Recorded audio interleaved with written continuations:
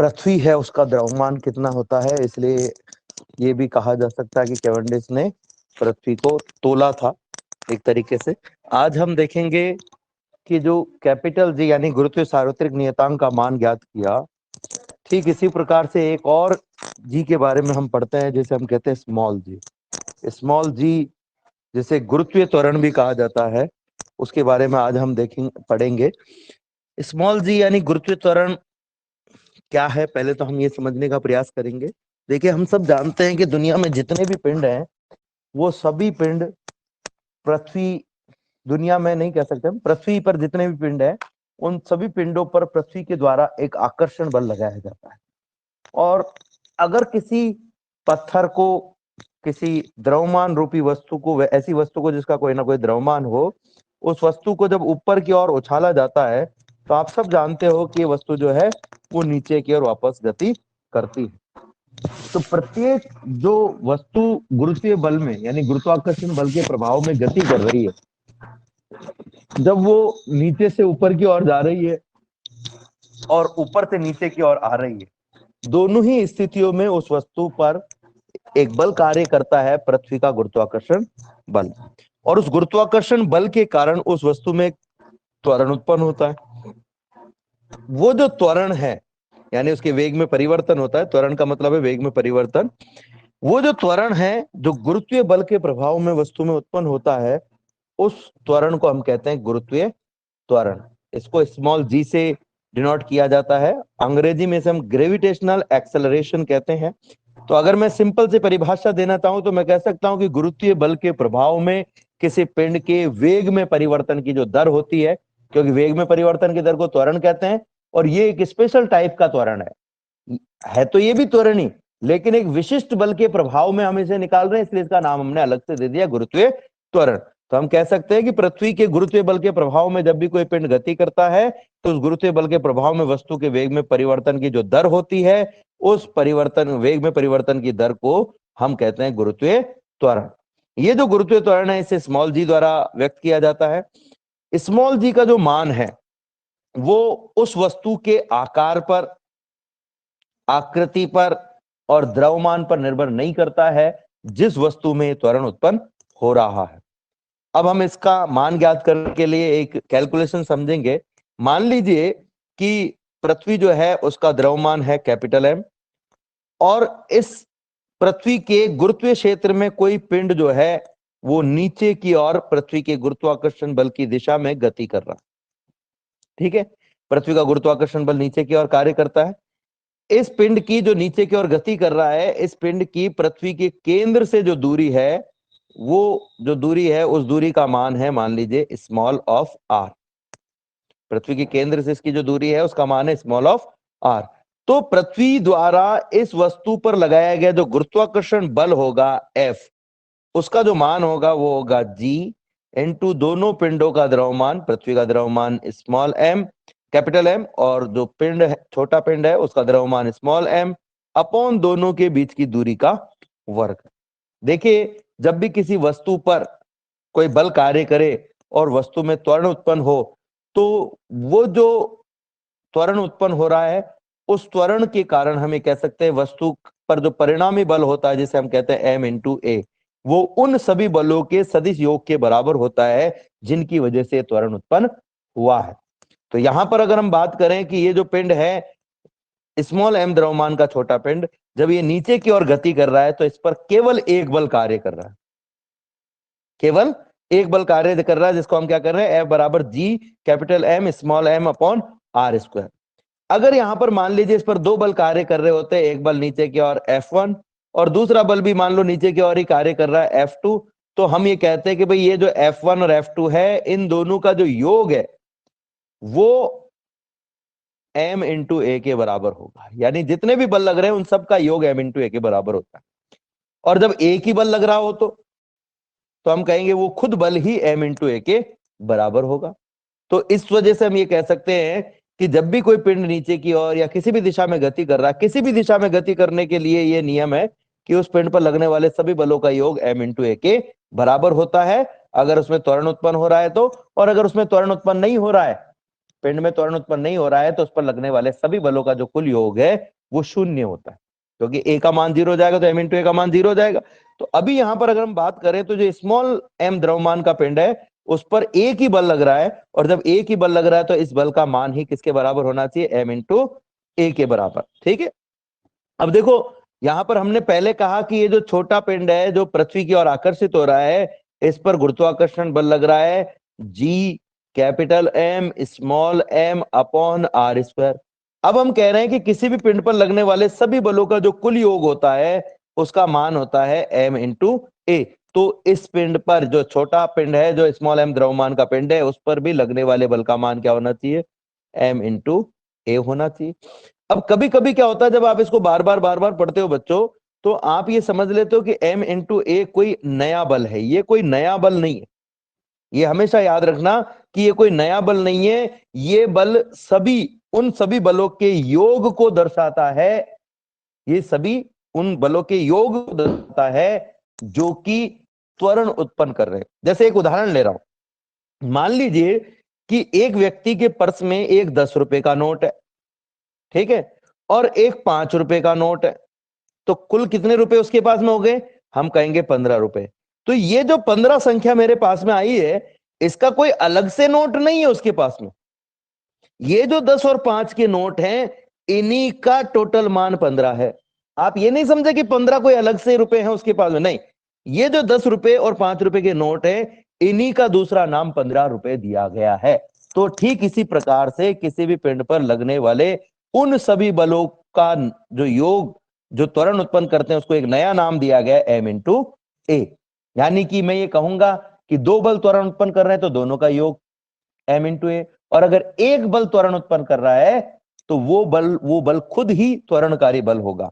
तो यहां पर त्वरण कौन उत्पन्न कर रहा है, गुरुत्वाकर्षण बल, यानी कि ये जो गुरुत्वाकर्षण बल है यही त्वरणकारी बल होगा, यानी यही m इंटू ए के बराबर होगा।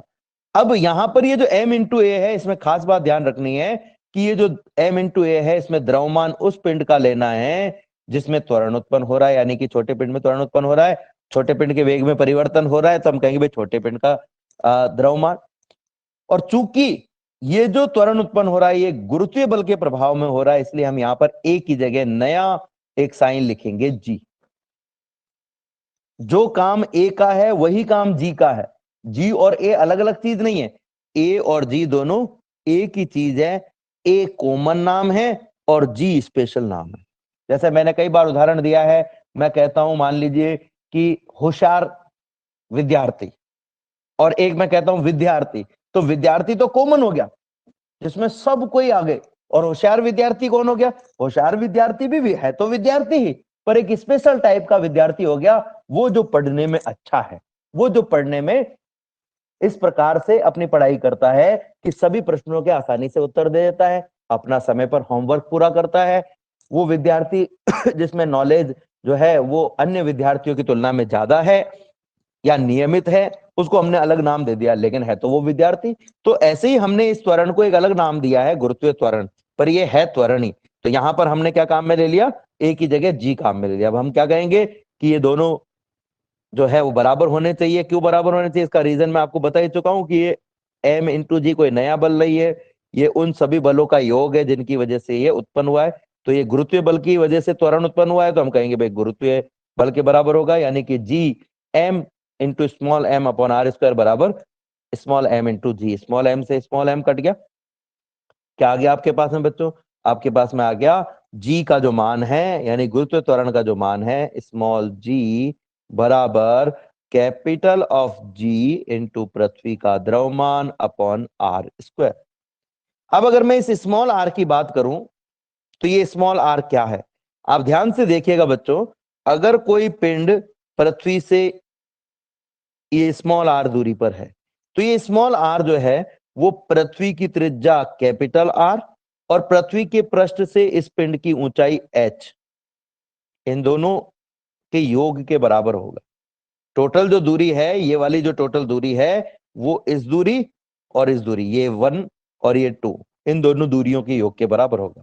और 1 जो दूरी है वो क्या है, पृथ्वी के केंद्र से पृथ्वी के पृष्ठ की दूरी, जो पृथ्वी की त्रिज्या होगी, और ये जो दूरी है ये होगी पृष्ठ से ऊंचाई, इसलिए इसको अपन ने कह दिया h।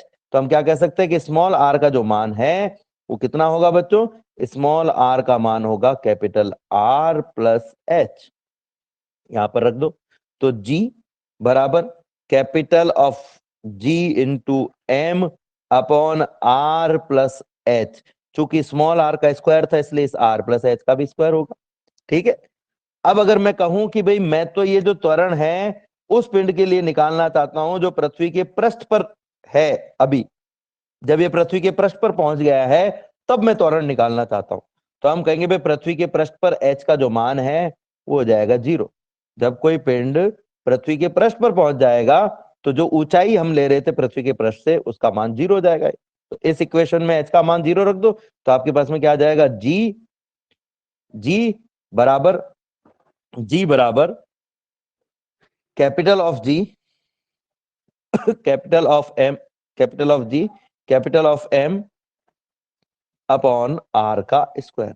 अब देखो कैपिटल g का मान भी कांस्टेंट है, पृथ्वी का द्रव्यमान भी कांस्टेंट है और पृथ्वी की त्रिज्या भी कांस्टेंट है। तो इन तीनों को गुणा भाग करने पर जो स्मॉल g है उसका मान भी क्या आना चाहिए? कांस्टेंट आना चाहिए। तो इन तीनों के मान रख के जब स्मॉल g की गणना की जाती है तो उसका मान आता है 9.81 मीटर प्रति सेकंड का स्क्वायर, जिसे हम जल्दबाजी में कभी कभी 9.8 भी लिख देते हैं।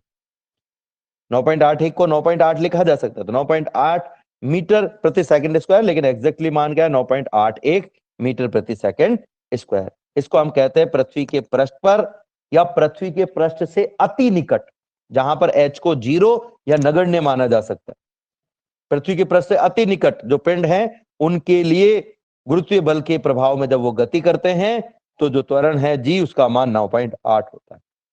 और ये कई सारे न्यूमेरिकल्स में भी हमने काम में लिया। लेकिन जब h का मान 0 नहीं हो या नगण्य नहीं हो, या तो 0 नहीं हो या नगण्य नहीं हो, यानी कि देखो हम दो चीजें ले सकते हैं। एक तो ये पिंड पृथ्वी के पृष्ठ के बहुत निकट है तो हम कहेंगे भाई h का मान जो है वो बहुत कम है और इस वजह से उसको अपन 0 मान सकते हैं, क्योंकि पृथ्वी की जो त्रिज्या है उसकी तुलना में h का मान बहुत कम है, इसलिए h को नगण्य मान लेते हैं। या फिर ये पिंड पृथ्वी के पृष्ठ पर है, लेकिन अगर पिंड ज्यादा ऊंचाई पर हो, यानी इस h का मान इतना हो कि अपन इसको नगण्य नहीं मान सकते हो, तब गुरुत्वीय त्वरण का मान क्या होगा, तो वो हम यहां पर ज्ञात करेंगे। तो हमारा जो अगला टॉपिक है वो है, अभी हमने जो पहला टॉपिक पढ़ा वो था हमारा गुरुत्वीय त्वरण, और जो दूसरा टॉपिक है हमारा वो भी गुरुत्वीय त्वरण ही है, लेकिन हम देखेंगे कि दूरी के साथ में गुरुत्वीय त्वरण में क्या परिवर्तन होता है। इसमें सबसे पहले हम देखेंगे ऊंचाई के साथ में गुरुत्वीय त्वरण में परिवर्तन, यानी कि जब मैं पृथ्वी के पृष्ठ पर पिंड की का त्वरण नहीं निकाल करके किसी ऊंचाई h पर त्वरण निकालता हूं तो उसका मान कितना आएगा। तो पहले की तरह हम क्या कह सकते हैं? हम कह सकते हैं कि किसी भी पिंड के लिए अगर कोई पिंड h ऊंचाई पर है, ये पृथ्वी है और ये पृथ्वी के केंद्र से स्मॉल r दूरी पर ये पिंड है, छोटा सा स्मॉल m द्रव्यमान का, ये कैपिटल M द्रव्यमान है पृथ्वी का, ये जो दूरी है वो है स्मॉल r। तो हम कहेंगे कि इस पर लगने वाला जो गुरुत्वाकर्षण बल होगा F, उसका मान होगा G capital M small m upon r square, जैसा कि अभी अभी हमने निकाला था। अब अगर मैं इस पिंड को फ्री छोड़ दूं, मैं किसी प्रकार का कोई अन्य बल नहीं लगाऊं, मैं मतलब कोई भी अन्य बल नहीं लगाए इस पृथ्वी के अलावा, तो हम कहेंगे कि जो भी त्वरण उत्पन्न होगा वो इस पृथ्वी के गुरुत्वाकर्षण बल के कारण ही उत्पन्न होगा। यानी उस स्थिति में इस F का मान m इंटू ए की जगह हम क्या लिखेंगे? G। लेकिन अब मैं इसे G नहीं कहूंगा, मैं इसे कहूंगा GH। GH का मतलब ये H गुणा नहीं हो रहा है, ये जो मैंने ब्रैकेट में H लिखा है इसका मतलब ये गुणा नहीं हो रहा है। इस GH का मतलब है H ऊंचाई पर G का मान। और अगर आप इससे बचना चाहते हो कि भाई कंफ्यूज नहीं हो, तो आप इस H को नीचे की तरफ ऐसे सब्स्क्रिप्ट में लिख दो, इसका मतलब हो जाएगा H ऊंचाई पर गुरुत्वीय त्वरण।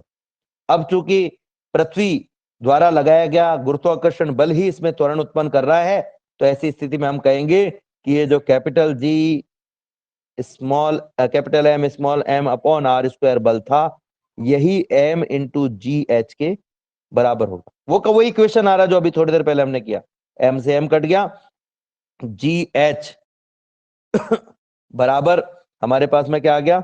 G capital M upon R square. और ये आर है, इसका मान अभी थोड़ी देर पहले भी हमने देखा था कि यदि कोई पिंड एच ऊंचाई पर हो पृथ्वी के तल से, ये जैसे आप इस चित्र में देख रहे हो एच ऊंचाई पर है, तो ये जो पूरी दूरी है वो ऊंचाई एच और पृथ्वी की त्रिज्या आर, इस दोनों के योग के बराबर होगा। तो स्मॉल आर बराबर हो जाएगा आर प्लस एच। अभी थोड़ी देर पहले जो हमने किया सेम वो का वही हम कर रहे हैं प्रोसीजर, ठीक है। स्मॉल आर बराबर आर प्लस एच, आप यहां रख दीजिए इस समीकरण में। तो आपके पास में क्या आ जाएगा बच्चों, जी एच बराबर capital G capital M upon जो स्मॉल आर है उसकी जगह आ जाएगा अपॉन आर प्लस एच का होल स्क्वायर, ठीक है। ये अपने पास में आ गया। अब अगर कोई कहे आपसे भाई पृथ्वी के पृष्ठ पर स्मॉल जी का मान कितना होता है, तो हम कहेंगे पृथ्वी के पृष्ठ पर स्मॉल जी का मान होता है capital G capital M upon capital R square. अब ये भी हमने निकाला था, ये पृथ्वी के पृष्ठ पर है और ये एच ऊंचाई पर है। अगर मैं इसको नाम दूं समीकरण 1 और समीकरण 2, और समीकरण 1 में समीकरण 2 का भाग दे दूं, समीकरण 1 में समीकरण 2 का भाग दे दूं, तो मेरे पास में क्या आएगा बच्चों, समीकरण 1 और समीकरण 2 का भाग, समीकरण 1 में 2 का भाग दे रहा हूं, ये समीकरण 1 जी एच अपॉन समीकरण 2 जी, ये तो लेफ्ट साइड हो गया। अब राइट साइड में समीकरण 1 में क्या है, समीकरण 1 में है capital G capital M upon R plus H का होल स्क्वायर। और समीकरण नंबर 2 में लेफ्ट साइड में क्या है, capital G capital M upon R square. ये आप देख सकते हो यहां पर जीएम से जीएम कट गया, ये जो आर स्क्वायर है नीचे वाला ये ऊपर चला जाएगा, ये जो आर स्क्वायर है ये ऊपर चला जाएगा, ये ऊपर चला जाएगा। तो देखते हैं हमारे पास में क्या आएगा, देखते हैं हमारे पास में क्या आएगा बच्चों, हमारे पास में आ जाएगा जी एच अपॉन जी बराबर, ऊपर है आपके पास में 1 अपॉन आर प्लस एच का होल स्क्वायर, और नीचे है 1 अपॉन आर का स्क्वायर। ऊपर ले जाते हैं इसको, ऊपर ले जाएंगे तो ऊपर ले जाने पर ये उल्टा हो जाएगा, ऊपर ले जाने पर उल्टा हो जाएगा। तो देखो बच्चों क्या आएगा हमारे पास में, लेफ्ट साइड तो एज इट इज रहेगी जी एच अपॉन जी, और राइट साइड जो है उसमें हमारे पास में आ जाएगा, एक तो आया है 1 अपॉन आर प्लस एच का होल स्क्वायर, और ये जो 1 अपॉन आर स्क्वायर है ऊपर जाकर के हो जाएगा आर स्क्वायर बटा 1। अब अंश को अंश से गुणा कर दो, हर को हर से, तो गुणा कर दिया, देखो ये ऊपर तो हो गया आर स्क्वायर, नीचे हो गया आर प्लस एच का होल स्क्वायर, ठीक है। ये जो नीचे आर प्लस एच का होल स्क्वायर है इसमें से अपन आर को कॉमन ले लेते हैं। हालांकि कॉमन लेने का जो कॉन्सेप्ट है मैं पहले ही बता चुका हूं, इसका मतलब कॉमन लेना नहीं होता है, इसका मतलब होता है अपन इसको बाहर निकाल रहे हैं। तो इसको कोष्टक से बाहर निकालेंगे तो क्या आएगा, देखो लेफ्ट में तो आपके पास में जी एच अपॉन जी है ही, राइट में ऊपर की तरफ तो आर स्क्वायर है, नीचे आर को जब बाहर निकालोगे तो जब भी किसी राशि को कोष्टक से बाहर निकालते हैं तो जो कोष्टक का प्रभाव है वो भी उस पर पड़ता है।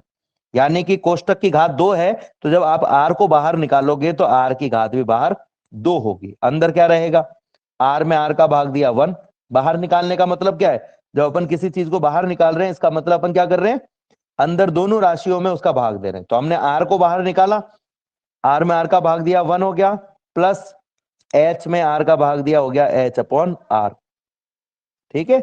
और ये हो गया वापस कोष्टक। अब आप ये नहीं सोचना कि हमने आर स्क्वायर को बाहर निकाला है, कोष्टक में से हमने आर को बाहर निकाला था लेकिन कोष्टक का प्रभाव भी उस पर पड़ा तो इसलिए आर स्क्वायर हो गया। अब देखो आप यहां पे देख सकते हो आर स्क्वायर से आर स्क्वायर कट गया, ये आर स्क्वायर कट गया, ठीक है। आपके पास में क्या रह गया, लेफ्ट में रह गया जी एच अपॉन जी, और जो राइट है उसमें आपके पास में ऊपर तो है 1, नीचे है 1 प्लस एच अपॉन आर का होल स्क्वायर, ठीक है। अब अगर मैं इस 1 प्लस एच अपॉन आर के होल स्क्वायर को ऊपर ले जाऊं तो आपके पास में क्या हो जाएगा, जी एच अपॉन जी बराबर 1 प्लस एच अपॉन आर की घात -2। हर की राशि जब भी अंश में जाती है तो घात कितनी हो जाती है, जो प्लस होती है वो माइनस, और जो माइनस होती है वो प्लस हो जाती है। तो यहां तक अगर किसी को कोई दिक्कत हो तो मुझे बताओ। सर इसको ऊपर बोलिए। क्यों लेके गए वापस? अभी कारण समझेंगे अपन, इसका कारण समझेंगे अब, क्योंकि नीचे जो है ना अपन नीचे इसके आगे सॉल्व नहीं कर सकते इसको, बस ये कहीं यहीं पे खत्म हो गया। कंक्लूजन नहीं निकाल पाएंगे, जो लास्ट में अपने को कंक्लूजन निकालना है ना, लास्ट में जो हमारे पास में एक यहाँ पर थीम आएगी, जिससे अपने को पता चलेगा कि ऊंचाई पर जो जी का मान है वो पृष्ठ पर जी के मान से बड़ा होता है कि छोटा होता है, ये अपन निकालना चाहते हैं। ठीक है, तो इसलिए मैं इसको ऊपर लेके गया हूं। अब अपन क्या करेंगे, इसका विस्तार करेंगे, और विस्तार के लिए द्विपद प्रमेय काम में लेंगे। द्विपद प्रमेय पढ़िए बेटा, आप सबने गणित में पढ़ी होगी ना द्विपद प्रमेय। वो द्विपद हाँ प्रमेय सर। क्या कहती है, मैंने आपको क्लास में भी बताया था, ये a प्लस बी की घात अगर n हो तो उसका मान कितना होता है, a की घात n, n c 0, b की घात 0। ये पहला पद है इसका। दूसरा पद क्या होगा, a की घात n माइनस 1, घात एक कम हो गई, n c 1, b की घात 1, प्लस a की घात एक और कम हो गई, n minus 2, n c 2, b की घात 2। अब देखो हमें क्या करना है, इस 1 प्लस एच अपॉन आर की घात -2 का मान निकालना है। इसलिए मैं ये a प्लस बी का फॉर्मूला फिर से लिख रहा हूं, यहां पर ध्यान से समझना मेरी बात को, है ना, थोड़ा सा स्पष्ट नजर आए, क्योंकि हम पहले भी कर चुके हैं, हालांकि हमने विमा वाले चैप्टर में किया था, लेकिन एक बार फिर से हम इसको समझेंगे। a प्लस बी की घात n का सूत्र होता है a की घात n, n c 0, b की घात 0, प्लस a की घात n minus 1, n c 1, b की घात 1, प्लस a की घात एक और कम हो गई, n minus 2, n c 2, b की घात 2, और ये ऐसे ही चलता जाएगा आगे। फिर आएगा a की घात, ये भी लिख देते अपन, एक और a की घात n minus 3, n c 3, b की घात 3। अब हालांकि मैं पहले बता चुका हूं, लेकिन एक बार फिर से बता रहा हूं, ध्यान से सुनना मेरी बात को। n c 0 इसका मान होता है 1, ये आपको याद रखना है, नंबर एक बात। ठीक है, n c 0 का मान कितना होता है, 1, ये आपको याद रखना है। और अगर आपसे किसी ने पूछ लिया n c 3 का मान बताओ, तो कैसे निकालोगे, ध्यान से सुनना मेरी बात को। नीचे इस 3 से शुरू करना है आपको, और ऊपर इस n से, बटे वाली संख्या आएगी जिसमें ऊपर तो n से शुरू होगा और नीचे किससे शुरू होगा, 3 से। और हर बार एक एक संख्या कम होगी और इससे गुणा हो जाएगी। जैसे 3 में से एक कम करो, कितना होता है, 2, ये आ गया 2। ऊपर n में से एक कम करो, क्या आता है, n माइनस 1। ठीक है, अब एक और कम करो, ये आ गया 1। ऊपर भी एक और कम किया तो हो गया n माइनस 2। ऐसा अपने को कब तक करना है, ये नीचे कितना लिखा हुआ है, 3, तो ऊपर भी 3 पद आ जाने चाहिए, नीचे भी 3 पद। गिन लेते हैं, देखो नीचे हो गया 1 2 3, 3 पद हो गए। ऊपर देखो 1 2 3, 3 पद हो गए। अब ऐसे अगर आपको कोई कहे कि भाई NC2 का मान निकालो, ठीक है, तो NC2 का मान कैसे निकालेंगे अपन, अपन निकालेंगे NC2 बराबर, इसको फैक्टोरियल 2 कहते हैं, n फैक्टोरियल 2, नीचे 2 से शुरू होगा, ऊपर n से शुरू होगा। अच्छा, 2 × 1। कितने पद आने सर ऊपर चाहिए, वाले दो में दो तो पद आने जाएगा। चाहिए। ऊपर आ जाएगा n, और एक कम n n माइनस 1, और नीचे तो 2, 2 दो में से एक इंटू एक घटाया 1। ठीक है बच्चों, ये अपन ने पहले भी किया हुआ है। ठीक है, तो वही चीज मैं आपको बता रहा था, तो ये अपने पास में आ गया। अब एक और खास बात, कि 1 एक ऐसी राशि है जिसकी घात कुछ भी रख दो आप, कुछ भी, उसका मान 1 ही आता है। 1 की घात कुछ भी रख दो, 1 ही आता है। तो मैं यहीं पर इसी सूत्र में इस a को हटा करके क्या लिख देता हूं, 1। ठीक है, a को हटा के मैंने लिख दिया 1, तो ये क्या हो गया, 1 प्लस b की पावर n। अब देखो हर जगह में a को हटा के 1 लिख रहा हूं, ये a को हटाया 1 लिख दिया, यहां पर ए को हटाया, ये ए को हटा दिया, एक मिनट, ये ए को हटा दिया, यहां पर इस ए को हटा दिया, यहां पर इस ए को हटा दिया, इसकी जगह आ गया 1, इसकी जगह भी 1, इसकी जगह भी 1।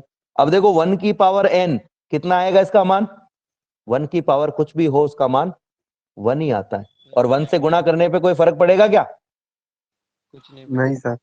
कोई फर्क नहीं पड़ेगा। ठीक है, इसी तरीके से NC0 इसका मान कितना होता है, इसका मान भी 1 ही होता है, NC0 का मान भी 1 ही होता है, तो ये NC0 की जगह भी 1 आ जाएगा। ठीक है, इसको भी मैं जिसको मैं हटाता जा रहा हूं समझ लो उसकी जगह 1 आ रहा है। और b की पावर 0, दुनिया में किसी की भी पावर 0 हो उसका मान 1 होता है, तो b की पावर 0 का मान भी 1 है। तो मैंने 3 चीजें हटाई, तीनों का मान 1 1 था, 1 इंटू 1 इंटू 1 कितना हो गया 1। पहला पद 1 आ गया अपने पास में। अब देखते हैं दूसरा पद, दूसरे वाले पद पे चलते हैं अपन। ठीक है ना, 1 प्लस बी की पावर n का समीकरण बना रहा हूं मैं यहां पर, समझ रहे हैं इसको। तो 1 हमारे पास में यहां पर क्या है, ये 1 की पावर n, ये है 1 की पावर n, इसका मान कितना होगा बच्चों 1। फिर दूसरा पद क्या है NC1, NC1, तो One. NC1 का मान कितना होगा n अपॉन 1, और b की पावर 1 यानी कि b। तो अब इन सबको गुणा करो, क्या आ गया 1 इंटू एन इंटू बी, क्या हो गया n भी आ गया, ये प्लस n इंटू बी, ये दूसरा पद हो गया अपना। दूसरे पद को यहां से मिटा देते हैं, ये दूसरा पद हमने निकाल दिया। अब तीसरे पद पर चलते, तीसरा पद क्या है, ठीक है, तीसरे पद में क्या दिया हुआ है, पहला 1 की पावर n-2 यानी कि 1। दूसरा पद क्या है, तीसरे पद का दूसरा भाग क्या है NC2, तो NC2 का मान कितना होता है, ऊपर दो पद लेने n इंटू n-1, और नीचे भी दो पद लेने 2 इंटू 1, और क्या हो गया अपने पास में b का स्क्वायर। तो इसको अपन लिख लेते गुणा भाग करके, गुणा भाग करके लिखेंगे तो इस पद की जगह देखो अपने पास में क्या आ जाएगा, ये वाला 1 और ये वाला 1, 1 से गुणा करो तो 1 से भाग दो, कोई फर्क पड़ता ही नहीं है। तो क्या पद आ गया अपने पास में, आ गया plus n into n-1 upon नीचे 2 ऊपर b का स्क्वायर। ठीक है, तीसरा पद देखते हैं। तीसरा पद जो था उसमें क्या होगा, उसमें ज्यादा फर्क नहीं पड़ेगा, बस ये जो NC2 आया था वो NC3 हो जाएगा, जो NC2 आया था वो NC3 हो जाएगा। तो NC3 होते क्या हो जाएगा, n यहां लिख ही देता हूं मैं, n into n-1 into n-2 upon 3 into 2 into 1, और साथ में क्या आएगा b की पावर 3। अब ये कब तक चलेगा, ये तब तक चलेगा जब तक कि इस b की पावर n नहीं आ जाए। ठीक है, अब ये जो मान अपने पास में आए हैं इसमें अपन अपना समीकरण फिट करते हैं। अपना समीकरण क्या कहता है, 1 plus H upon 2, sorry h upon R. ये जो h अपॉन आर है इसको थोड़ी सी देर के लिए अपन x मान लेते हैं। क्या मान लेते हैं, x की पावर -2, यानी हमारे पास में जो समीकरण है उसमें पावर कितनी है -2। तो अब अपन क्या करते हैं, यहां पर n को हटा करके हर जगह क्या लिख देते हैं बच्चों, -2 लिख देते हैं। तो ये देखो ये n को हटाया अपन ने यहां से, और यहां आ गया -2। यहां से n को हटाओ दूसरे पद में से, ये n को हटाया, यहां आ गया -2।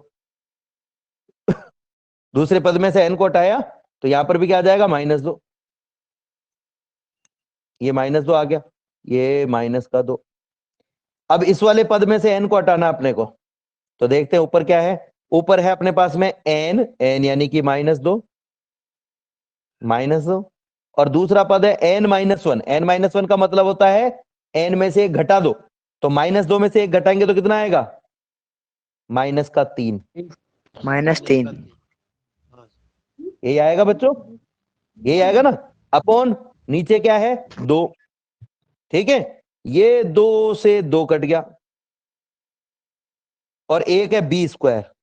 ठीक है, तो 2 से 2 कट गया, माइनस इंटू माइनस हो गया प्लस, तो कितना आ गया 3 इंटू बी का स्क्वायर, यानी ये सारा पद हट करके क्या आ जाएगा, सॉरी प्लस का 3b स्क्वायर। ठीक है, अब चौथे पद पर चलते हैं।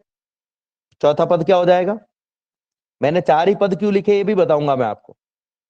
ये भी मैं बताऊंगा आपको, ध्यान से समझ रहे हैं ना कभी भी। चौथे पद में ऊपर था n, n की जगह आ गया -2, ये था देखो चौथे पद में n, n-1, n-2, नीचे था 3 × 2 × 1, तो n की जगह तो आ गया देखो -2, n-1 की जगह -3, n-2 की जगह -4, एक एक घटता गया, 3 × 2 × 1, ये 2 से 2 कट गया, 3 से 3 कट गया, कितना आ गया? माइनस इंटू माइनस प्लस, और -4 प्लस माइनस -4, -4 आ गया बच्चों। सर, तो बी ये क्यूब। सरगुणा बात, बी क्यूब, बिल्कुल सही कहा, -4 × बी का क्यूब। ठीक है, अब देखो मैंने क्या कहा कि ये कब तक चलेगी? तब तक जब तक कि इस बी की घात इस जब एन तक के बी बराबर का नहीं मान आए। n नहीं है। बी की घात, बी का मान नहीं, बी की घात, तो बी की घात लास्ट में कितनी आ जानी चाहिए? -2। तो अपन देखते हैं हो क्या रहा है। बी की घात अभी 1 है, फिर 2 हुई, फिर 3 हुई, अगले पद में क्या आएगी? 4, उसके अगले पद में 5, उसके अगले पद में 6, उसके अगले पद में 7। क्या कभी भी बी की घात -2 आ पाएगी? नहीं हम आएगी कहेंगे सर। कभी नहीं आएगी। इसका मतलब, प्लस में जा रही है सब। इसका मतलब ये अनंत तक चलेगा। ठीक है, दूसरी बात कि अगर अपन b की बात करें तो b कौन है हमारे वाले समीकरण में? b कौन है? h/r, पृथ्वी की त्रिज्या का मान।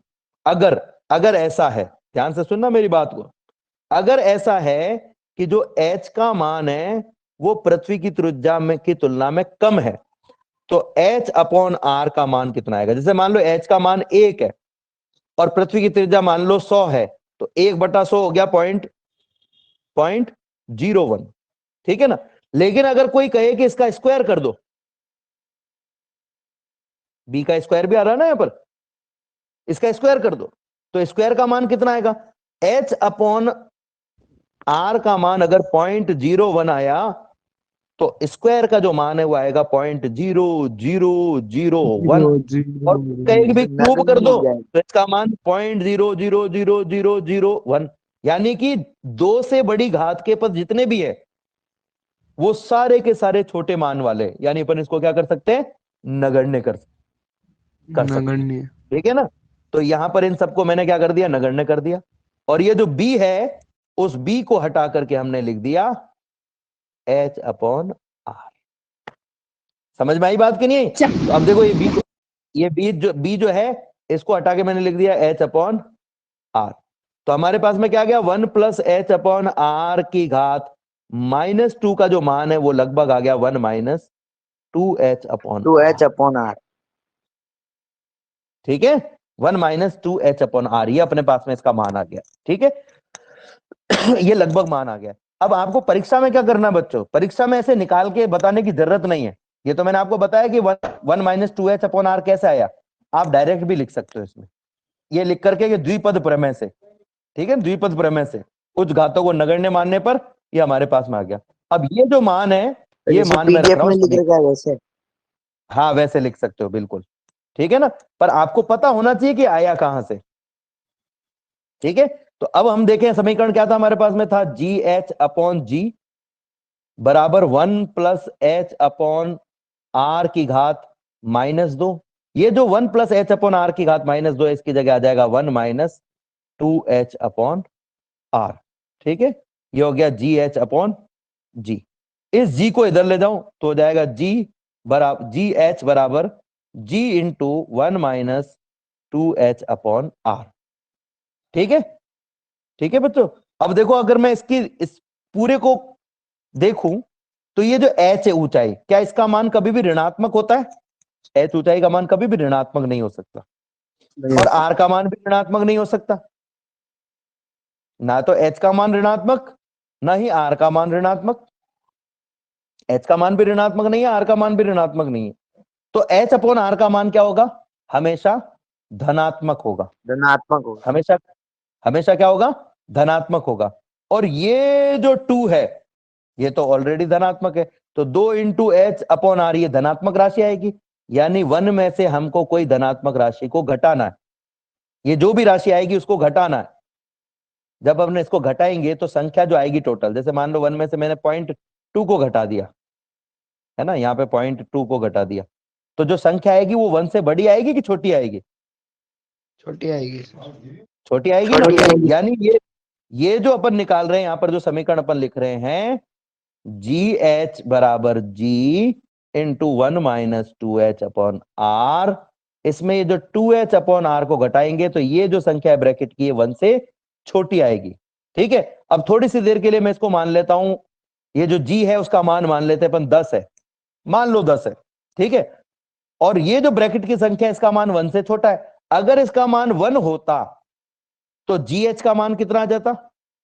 10 आता, लेकिन ये 1 से छोटा है, मान लिया 0.9 है। कितना है? 0.9। तो 0.9 को 10 से गुणा करो तो GH का मान कितना आ गया? 9 आ गया। 0.9 से गुणा करेंगे तो 9 आ जाएगा ना। तो G का मान तो है 10, लेकिन GH का मान कितना आ रहा है? 9। यानी 9। हम क्या कहेंगे कि GH का मान इस G से छोटा आएगा। GH का जो मान है वो हमेशा क्या आएगा? इस जो G से छोटा आएगा। क्यों आएगा? क्योंकि G से गुणा होने वाली जो राशि है वो 1 से छोटी है, इसलिए जो GH का मान है वो हमेशा G से छोटा है। GH का मान G से छोटा आएगा। ये GH is less than G। अभी एक खास बात और है इसमें। वो खास बात क्या है कि अगर आप ध्यान से देखोगे तो हमारे पास समीकरण है GH बराबर G into 1 minus 2H upon R। आप देखोगे कि अगर H का मान बढ़ेगा तो ये जो 1 में से अपन राशि घटा रहे हैं इसका मान भी बढ़ेगा, और अगर इसका मान बढ़ेगा तो ये जो टोटल राशि है ब्रैकेट में, इसका मान बच्चों बढ़ेगा कि घटेगा? सर बढ़ेगा। फिर से ध्यान से सुनना मेरी बात को, जो मैं बोल रहा हूं, मैं इस ब्रैकेट वाली राशि की बात कर रहा हूं। फिर से ध्यान से सुन लो, केवल ब्रैकेट वाली राशि पे ध्यान देते हैं। 1 माइनस 2H अपॉन R। जैसे जैसे अपन और ऊंचाइयों पे जाएंगे तो H का मान क्या होगा? अगर अपन और ऊपर जाएंगे, मैं केवल इस H की बात करते हैं अभी केवल अपन ना। जैसे जैसे अपन ऊपर जाएंगे तो H बढ़ेगा। H बढ़ेगा तो ये जो राशि मैंने अभी अभी गोले में लिखी है इसका मान भी बढ़ेगा। और इसको अपन क्या कर रहे हैं? 1 में से घटा रहे हैं। जब अपन किसी चीज में से कोई राशि घटाते हैं और घटाने वाली राशि का मान अगर बढ़ जाए तो कुल राशि का मान बढ़ता है कि घटता है? घटता है। तो यानी कि अपन क्या कहेंगे? घटता है क्या सर। कहेंगे? इस पूरी राशि का मान क्या होगा? घटेगा। यानी जैसे जैसे ऊंचाई बढ़ेगी इस पूरी राशि का मान घटेगा। ठीक है ना। अब एक उदाहरण ले लेते हैं अपन। जैसे मान लीजिए कि ये आया अपने पास में GH बराबर G, ये जो ब्रैकेट में था इसका मान आया अपने पास में मान लो 0.9, और ऊंचाई बढ़ाने से इसका मान घट गया। ठीक है, घट गया तो आ गया मान लो 0.8। ठीक है, अब G का मान जो है वो मान लेते हैं अपन 10 है। इधर भी G को हटा के अपन ने लिख दिया 10। ठीक है, तो आप देख रहे हो कि ऊंचाई बढ़ाने से जैसे ही इस राशि का मान घटा तो पहले 10 इंटू 0.9 बराबर 9 आ रहा था, अब 10 इंटू 8 बराबर 8 ही आ रहा है। यानी ऊंचाई बढ़ाने से GH का मान क्या हो गया? घट गया। घट गया। तो हम दो बातें कहेंगे। एक तो कहेंगे कि GH का मान यानी ऊंचाई पर गुरुत्वीय त्वरण का मान पृष्ठ पर जो गुरुत्वीय त्वरण G होता है उससे छोटा होता है। और दूसरी बात कि जैसे जैसे हम और ऊंचाई पर जाते हैं गुरुत्वीय त्वरण का मान और ज्यादा घटता चला जाता है। यानी ऊंचाई पर जाने पर गुरुत्वीय त्वरण घटता